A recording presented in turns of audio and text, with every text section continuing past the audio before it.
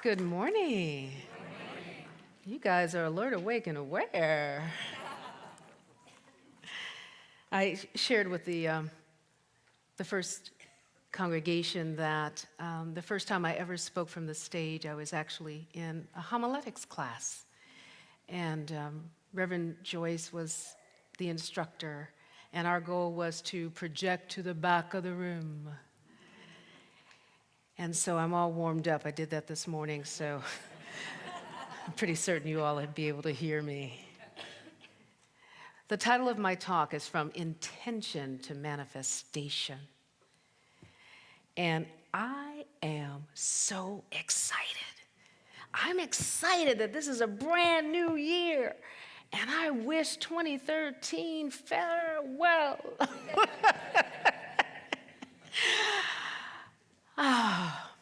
And I'm excited because I get to start just like you do, all over again. I get to co-create with the universe my best year ever. And what I know is that life can be magnificent or mediocre. And we are the ones that determine which.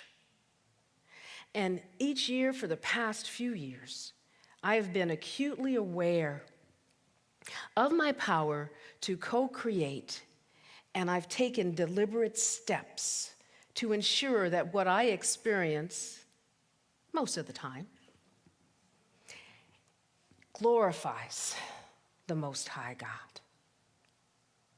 And so what I share with you today is a little bit about my journey, about the steps, and I continue to fine-tune those. But they've worked for me.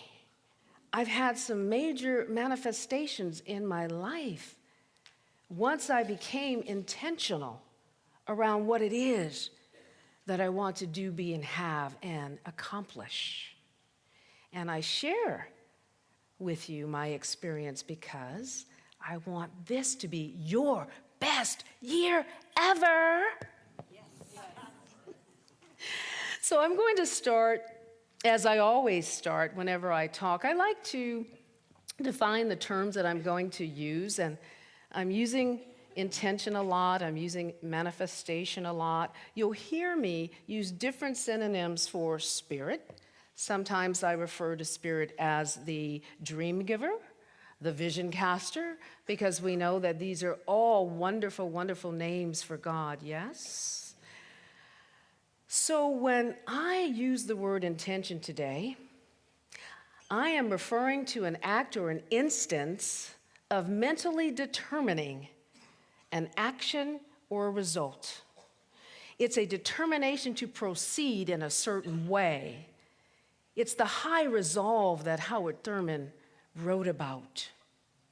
And so a working definition for intention is to have in mind a plan or a purpose by which to direct one's mind, one's actions toward fulfillment of that plan. And manifestation is the materialization of spirit, a visible form of a divine idea revealed or expressed in the world.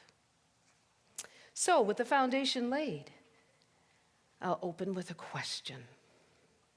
Where do the visions, the dreams, and the ideas for our lives come? From whence do they come?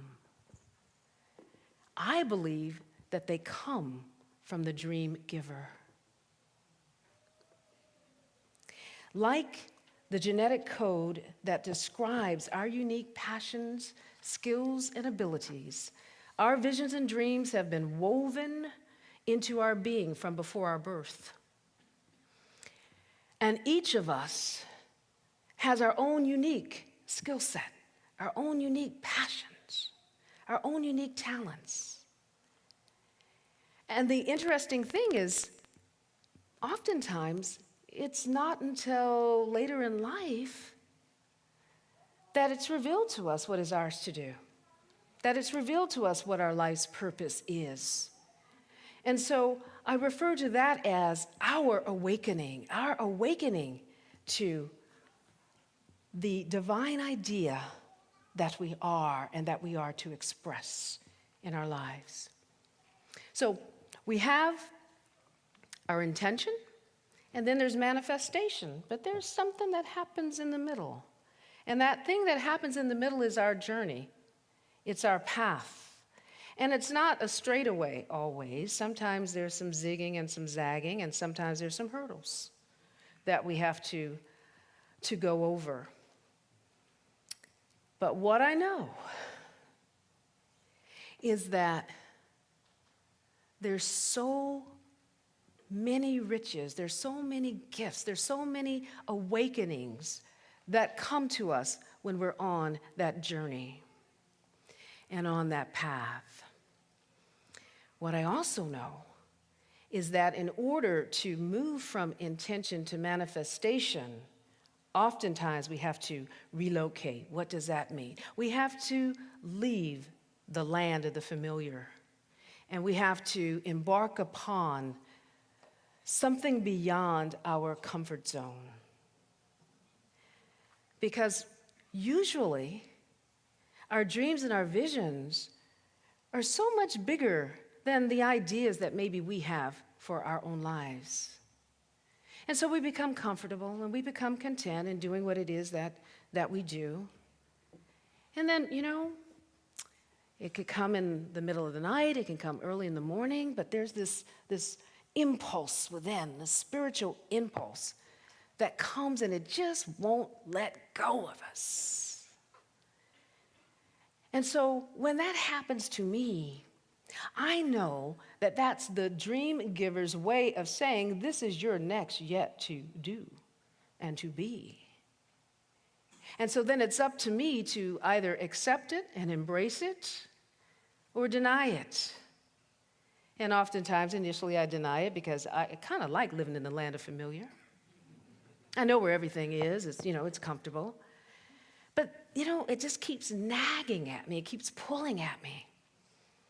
And so then eventually I surrender. Yes, yes, yes. And I say yes. And then I work to overcome my fears. What I also know is that oftentimes between our intention and our manifestation of that intention is that big wall of fear and uncertainty. But the power of intention enables us to climb over the wall.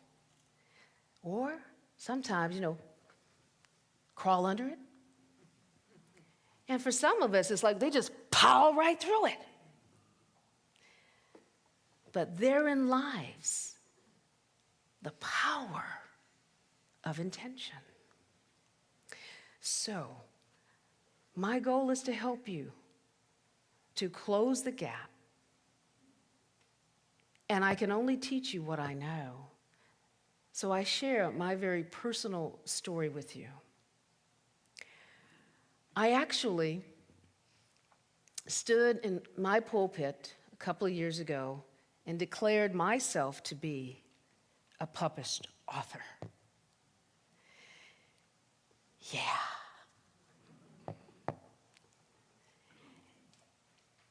So I set the intention, and I began to think about, how am I going to give birth to this idea? Does anybody want to hear what I have to say?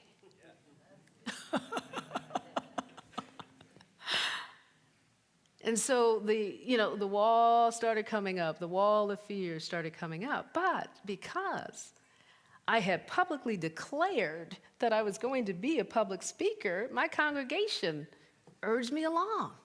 How's that book coming? When's the book signing? Is it going to be in the bookstore? And they even formed a writer's support group just for me. So, my journey.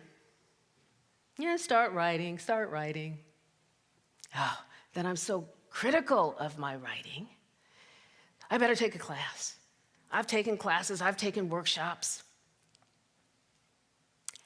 And it wasn't until the most recent workshop that I took. It was called the Personal Essay 101. But it was a journey into ourselves. And each week we had to write more and more and more and more and more and more. And then what happened was my book started to write me. And so now all I have to do is show up, and the words come. So God gave me the vision. I said yes in my heart. I started taking action in my world, and then the universe supplied the resources that I need in the way of my congregation urging me along, in the way of getting a pop-up email that says Personal 101 starts today. An editor found his way to me. He edits for Spirituality and Health. And he says, I would love to edit your book, and I know a little bit about spirituality. And so I've been working with him for the last year. And then a woman shows up in my congregation one day, and she has an e-book store. And I'd love to feature your book in my bookstore. So as a matter of fact, I'm going to make a graphic artist available to you. So I've been working with a graphic artist. He's all the way in India. We communicate only via email, but he was able to take this vision of what I want the book to look like, and he created a beautiful cover for me. The hard part, of course, is putting something in between the front and the back page. So I'm still in process, but I have affirmed that by March, it will be out. It will be done. It may be a chap book, which is a much smaller version, but it will be out because I set the intention. So I consulted two experts on the subject of intention and manifestation, and they are Dr. Holmes and Wayne Dyer. Now, you guys probably know and discovered like I did, Ernest Holmes doesn't actually talk about intention. He doesn't say the word intention explicitly. But what he does use a lot is attention, yes? What we give our attention to grows. He also talks about conviction and fire and passion. Well, I took some liberties and I liken that to intention. So when I quote Holmes, I'll substitute the word intention because I'm sure that's what he was really meaning. So in the thing itself, Holmes posits that it, God, works with us and through us, and that the seed of its perfection is hidden within us, and whatever we pay attention to will manifest. We have the ability within us to co-create. He goes on to say that the sum total of all of our thought, our will, our purpose, our belief, and our intention create a tendency in the law which causes it to react according to the sum total of those beliefs. And Wayne Dyer says something along similar lines. He says that intentions come from a deep place inside of us and are focused more on the present, the journey, than on the end result. And once we make a declaration of intention, we begin to concentrate our whole being on whatever it is we aim to achieve. He states that the power of intention is one of those things that are easy to underestimate. He says, when you make a declaration of intention and you start to concentrate every fiber and every cell and sinew of your being on bringing that into fruition, it's happening because You have set the intention, and the power lies within. Then Holmes goes on to say that we are surrounded by infinite possibility. It is goodness, life, law, and reason, and it expresses through us. And as it passes into our being, or in other words, our visions and our dreams are embodied and internalized by us, they automatically become the law of our lives. And he cautions us, we should be conscious of what it is that we are creating. So the one who wishes to demonstrate some particular good must become conscious of this particular thing if he wishes to experience it. Therefore, she must make her mind up to be receptive to it and to do this consciously. Our thought and our intentions should mark our effort and positively accompany all the statements we impress upon the law. So, setting an intention is easy.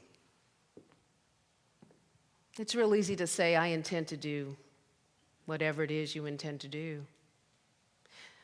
The difficulty comes in working on 3 levels to bring that idea, that divine idea, to bring that dream into reality.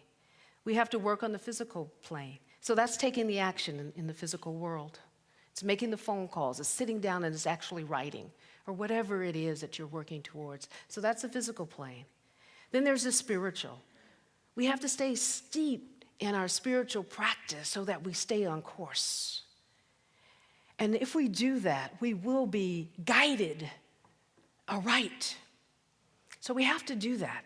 But what I know is sometimes what's happening in the world of effects interferes with my spiritual practice time. So I'm juggling. And then the third level, of course, is our mindset, our mentality around what it is that we're doing. Staying positive, staying above the fray of criticism and who do you think you are, ism. Staying above that, because you do get some of that. So that's the hard part. Not getting knocked off course when someone critiques what it is that you've written. I have developed such a thick skin. And so I don't take it personally anymore. When my son critiques my writing, now I just say, it's a blessing. Oh, he's fine-tuning it for me. Yes, give me more, give me more. That's a part of the journey too. I can go to a reading and let somebody just beat me up in terms of what I've written, and I just, kind of bob and weave, and it's really okay. Yes, thank you very much. And so that's been the growth process for me. First, being very, very self-critical and being fearful of putting pen to paper, to bring it on. It's only going to make me better. And so that's what Dyer refers to with regard to the power of intention. He says it's not so much the end result, it's the path that takes you there that you want to be mindful of. And so what I also know is that when we start to internalize this idea that we want to give birth to, and we do the spiritual work, we do the physical work, we do the mental work, you might have this experience that I had. And what it was is I heard the still small voice say, you were born for this. And then I started to feel it. Yes, I was born for this. My ideas can help humanity. My story needs to be told because it might touch just one soul. It might just help one person who thinks that he or she is alone. But they read my story, they empathize with my story, and then they say, oh, I'm not the only one. And that might just be the inspiration that they need to move forward. So, you may not believe it, but some ministers actually listen to their own sermons. I kind of pay attention to what I say. And so then I take heed. So I'll say all these wonderful things from the pulpit to my congregation. And then in the silence, I say, okay, are you doing that? And when I engage in whatever it is that I've espoused, then I'm pushed a little bit closer to bringing my dream to reality. But that's the work. It's taking heed, and then it's acting on it. Carlos Castaneda, you know, the author of 100 Years of Solitude, he talks about there being a relationship and a connection between intention and manifestation. And he says that in the universe there is an immeasurable, indescribable force which shamans call intent. And absolutely everything that exists in the entire cosmos is attached to intent by a connecting link. So in other words, once we lock our intention in our mind, we ignite the divine creative process. And our thought then creates a mold in the subjective in which our intent is accepted and poured. It sets in motion the laws of attraction and manifestation and reciprocity and correspondence and increase. And all of this, of course, is in accordance to our thought. The law is the doer, and its business is to reflect in the world of effects the thoughts and intent that we cast into it. And then, when we are clear and committed to our intention, the vision caster opens the universal floodgates, bringing to us all of the resources, all of the opportunities that we need to give life to our goals. And so when this happens, like getting the notice about the course, being offered a graphic artist, the editor appearing, we are in the flow, meaning that we are in absolute alignment with our intention. And during those times, the force that's working invisibly, that's working silently, is what Dyer refers to as the power of our intention. So, in closing, I leave you with these two quotes. Intention is one of the most powerful forces there is. Do what you say, mean what you do, and those things will always determine your outcome. You create your world. And the best way to ensure the greatest satisfaction out of life is to live it intentionally. Let us pray.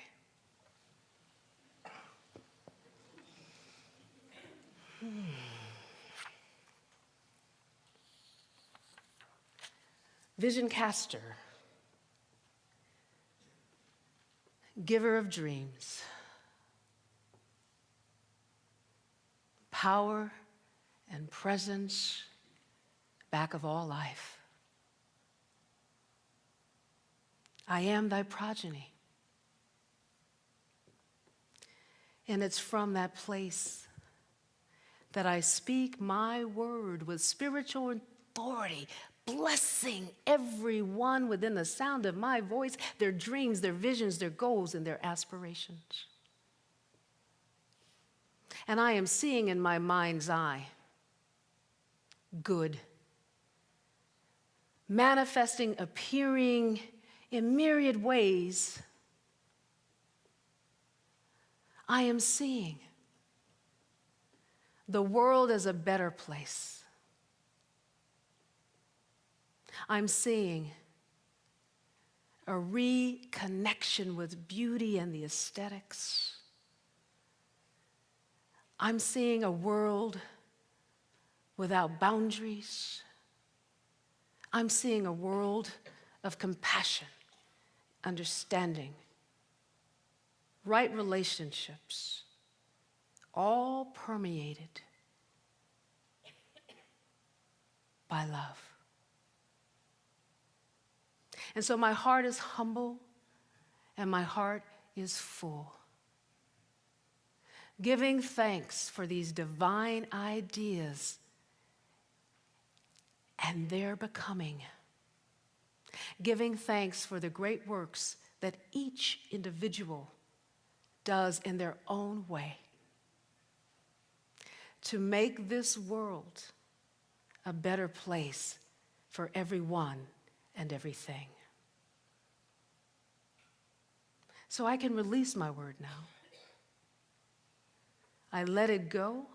I send it forth unto the law of divine mind, knowing that it is made manifest in the mind of God, and each of us participates in its outpouring into our world, into our lives. So I just simply let it all go. Let God have its way with each of us. And I know that the universe is well pleased. I simply let it be. Anchor this prayer with me by affirming, and so it is. Amen. Ashe.